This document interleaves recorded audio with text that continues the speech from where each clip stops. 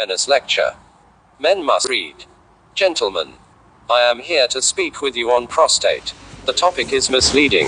Is prostate strictly for men? Yes, only men have prostate and only men are 20 years, but the healthcare enlightenment is for everyone.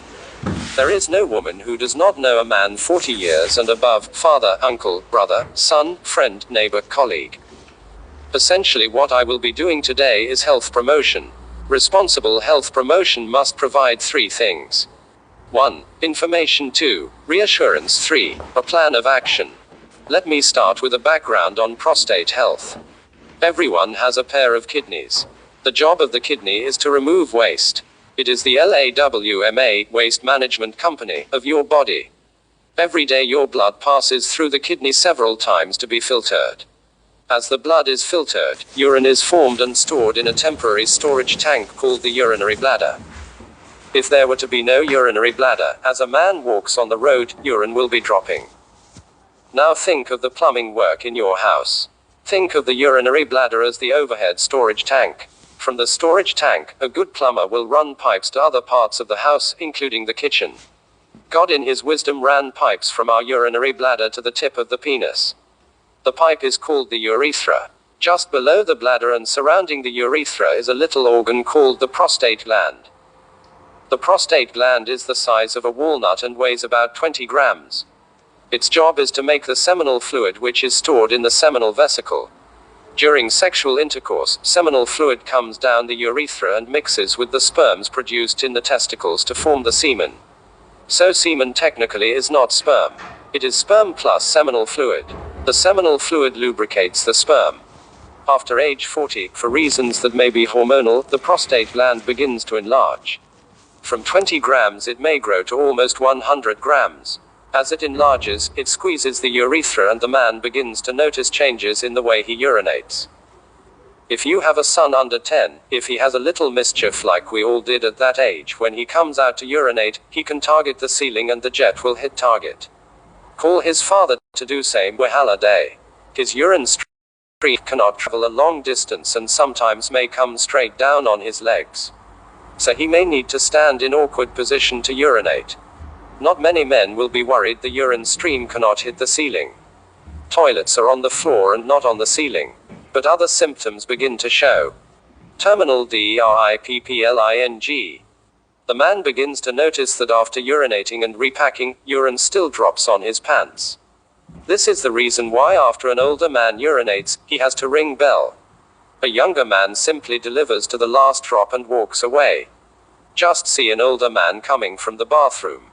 Sometimes he may clutch the newspaper closely to hide the urine stains, particularly on plain colored trousers. HESISTANCY.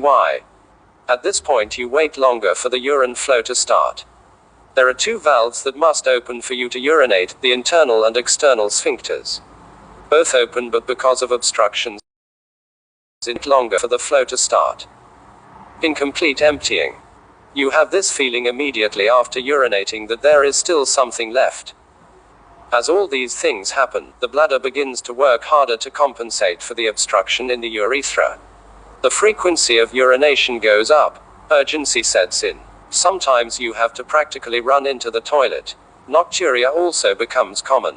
You wake up more than 2 times at night to urinate. Your wife begins to complain.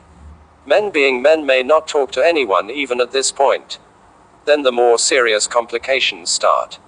Stored urine gets infected and there may be burning sensation when urinating.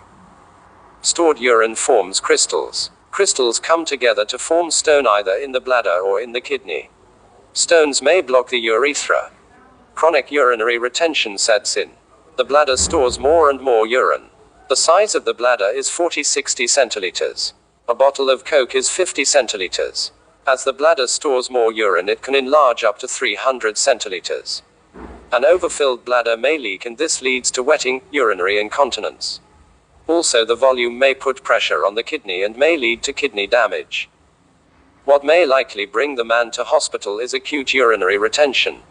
He wakes up one day and he is not able to pass urine.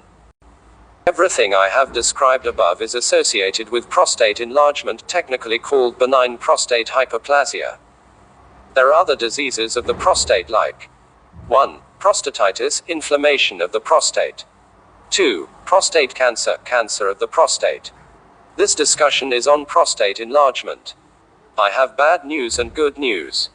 The bad news is that every man will have prostate enlargement if he lives long enough. The good news is that there are lifestyle changes that can help the man after 40 to maintain optimum prostate health. Nutrition. Look at what you eat. 33% of all cancers, according to the U.S. National Cancer Institute, is related to what we eat. Red meat every day triples your chances of prostate disease. Milk every day doubles your risk. Not taking fruits, vegetables daily quadruples your risk. Tomatoes are very good for men. If that is the only thing your wife can present in the evening, eat it with joy. It has loads of lycopene. Lycopene is the most potent natural antioxidant. Foods that are rich in zinc are also good for men. We recommend pumpkin seeds, ugbogalu. Zinc is about the most essential element for male sexuality and fertility. Men need more zinc than women. Every time a man ejaculates, he loses 15 milligrams of zinc. Zinc is also important for alcohol metabolism. Your liver needs zinc to metabolize alcohol. Alcohol consumption. As men begin to have urinary symptoms associated with prostate enlargement, it is important they look at alcohol consumption. More fluid in means more fluid out. Drink less. Drink slowly. Exercise. Exercise helps build the muscle tone. Every man should exercise. Men over 40 should avoid high-impact exercise like jogging. It puts pressure on the knees. Cycling is bad news for the prostate. We recommend brisk walking. Sitting. When we sit, 2/3 of our weight rests on the pelvic bones. Men who sit longer are more prone to prostate symptoms. Do not sit for long hours. Walk around as often as you can. Sit on comfortable chairs. We recommend a divided saddle chair if you must sit long hours. Dressing. Men should avoid tight underwear. It impacts circulation around the groin and heats it up a bit. While the physiological temperature is 37 degrees, the groin has an optimal temperature of about 33 degrees. Pant is a no for men. Wear boxers. Wear breathable clothing. Smoking. Avoid smoking. It affects blood vessels and impacts circulation around the groin. Sex. Regular sex is good for the prostate. Celibates are more prone to prostate illness. While celibacy is a moral decision, it is not a biological adaptation. Your prostate gland is designed to empty its contents regularly. Blank. Thought when someone shared something of value with you and benefit from it.